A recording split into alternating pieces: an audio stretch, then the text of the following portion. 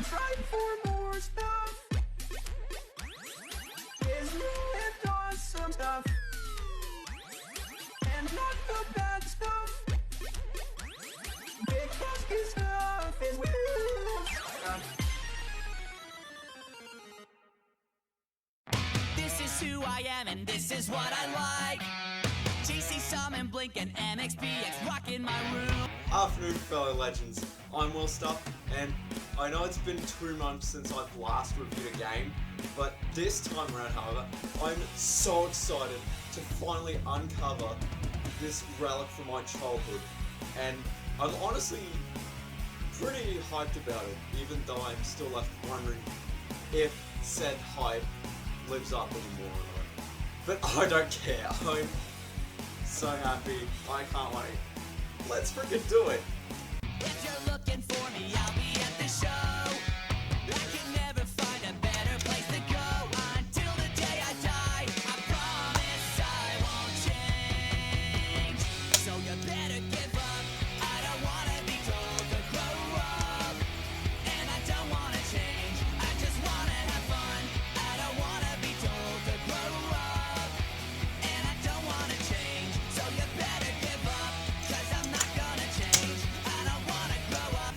Disney's Extreme Skate Adventure was put out in September of 2003, right between the releases of Tony Hawk's Pro Skater 4 as well as Tony Hawk's Underground.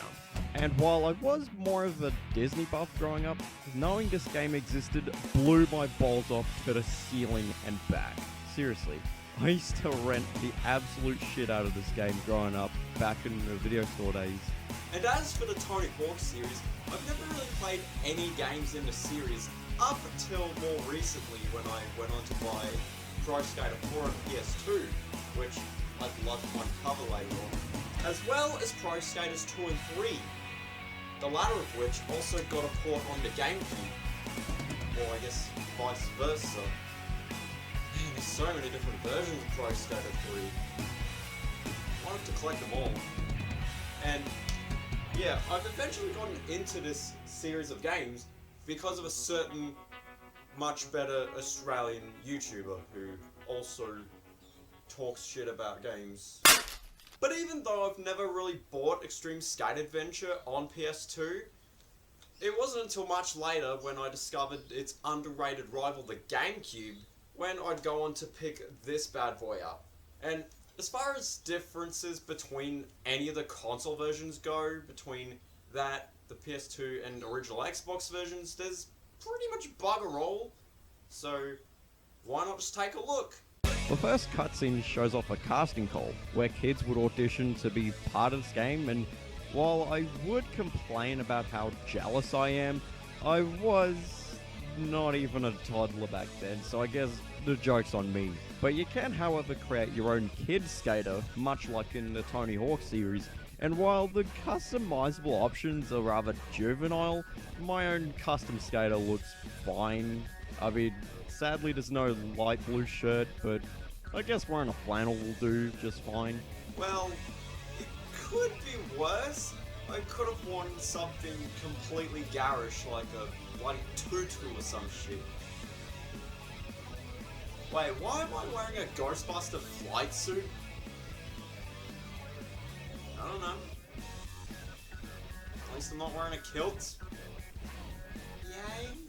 We can pick from numerous levels or worlds, with Hollywood being the only kid skater exclusive world, apparently. As for Hollywood itself, it's just okay. It's cool that it has a supermarket, a movie theater where you can see clips from various Disney movies, and even a little to ride around, but the missions are just filled to the brim with more product placement than that terrible Emoji Movie. You have delivering Macca's food to other people, which is what us Aussies call McDonald's, and I guess they predicted menu log? And also listening to Nokia mobile phone ringtones. For fuck's sake, Captain, this is so egregious. And besides, when you beat the Nokia mission, you have all these townspeople dancing atop the lighthouse in what I could describe as so hilariously weird. I mean, is this supposed to be some sort of satanic ritual or some shit? I don't get it. Man, They must have really loved Nokia so much, haven't they? Actually, you know what? This game gives me a really weird idea. All hail the great Nokia! All must bow down before its infamous ringtone, which was also in the Simpson movie. All hail Nokia!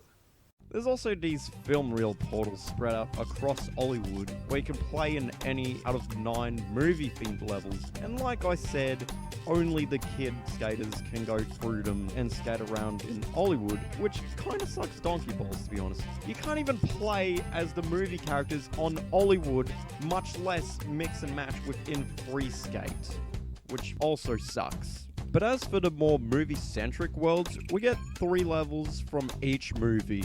Toy Story 2, the original Lion King, and even Tarzan. We even get 4 playable characters, and each of them are a great selection, half of which are unlockable down the line, which is really cool. The Toy Story worlds are my favourite ones in my opinion. We get Andy's room as the first level, which is actually from Toy Story 1, given the more iconic cloud wallpaper, the Buzz Lightyear bedsheets, and even Molly's crib being present. And I get it, it's only a movie tie-in game, and some creative liberties had to be taken, but I don't remember this door being the bathroom in that movie, but whatever, level's pretty fun. Pizza Planet, however, while not as structurally good and also another Toy Story 1 locale, is another solid level to skate around despite all that constant blasting of this goddamn noise. Ugh. And then there's Zurg's world. Really? Why not Al's Toy Barn, Sid's room from the first movie, or how about the apartment building, an airport? Fucking anything but this bland, grind-heavy mess of a level. While not as structurally sloppy as Hollywood, it doesn't really say much, but at least there's a boss fight with Zurg where you have to jump on these platforms and collect the floating batteries and see him fall down this giant hole. That's what she said. The Tarzan levels, however, are alright. The Jungle Treehouse is pretty heavy on vertical structures, but is really decent to skate across as well. But God forbid you enter the waterfall or this twatting shed without either an elephant or gorilla telling you, hey, did we forget to mention you can teleport somewhere else by going there? Need we spell it out further, Captain Dickhead?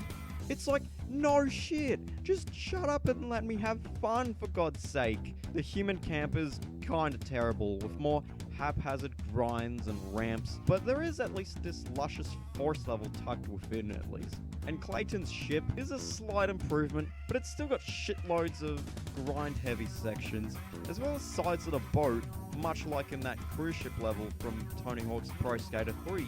There's even a poop deck, which leads to this weird boiler room. That's a cool little secret, but I have too many questions about that octopus. The Lion King levels are a little bit better in comparison. Pride Rock's another pretty good level with plenty of vertical areas as well as some terrain to skate around. The Elephant Graveyard, while a visual delight, kinda sucks, especially how every time you fall down into the lava, you're forced back onto the starting point near one of the elephant skulls. That's pretty clunky.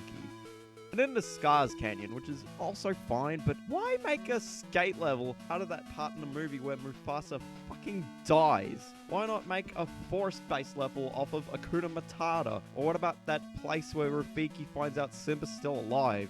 You know, just maybe something less repetitive looking, please. And speaking of repetition, the licensed tracks in this game are just that, repetitive. Now sure, it's got a decent selection of songs from Smash Mouth, Simple Plan, and Little Romeo for some reason, who's also a playable skater. The songs, however, get tiring really quickly since the soundtrack is painfully limited, even compared to any of the Pro Skater games. Unless you're really nostalgic for these songs like I am, and even some of the missions come off as overwhelming. As much as I love collecting the skate letters as well as the character-specific tokens, including the game's logo as a collectible for the kid characters, there's also missions where you just race to the finish, have to turn on arcade machines in Pizza Planet, and even this alien ramp level that's clearly just ripped off from Pro Skater 4. Overall, the missions are pretty hit or miss, but even though the rewards are pretty underwhelming, it's still a really decent game. Just pretty damn easy compared to any of the Pro Skater games. But this isn't to say that it's terrible or anything. In fact, out of all the Disney-related Tony Hawk clones, like Extremely Goofy Skateboarding or Disney Sports Skateboarding, God forbid, hell, even compared to Simpsons Skateboarding on PS2, Extreme Skate Adventure is one of the better Tony Hawk clones, and one that I can still highly recommend despite being a cakewalk. And with that said, please feel free to like and subscribe or something. I don't know. Just have fun. That's what I did with this video. I got nothing else funnier to end this video on with. I'm trying for more stuff.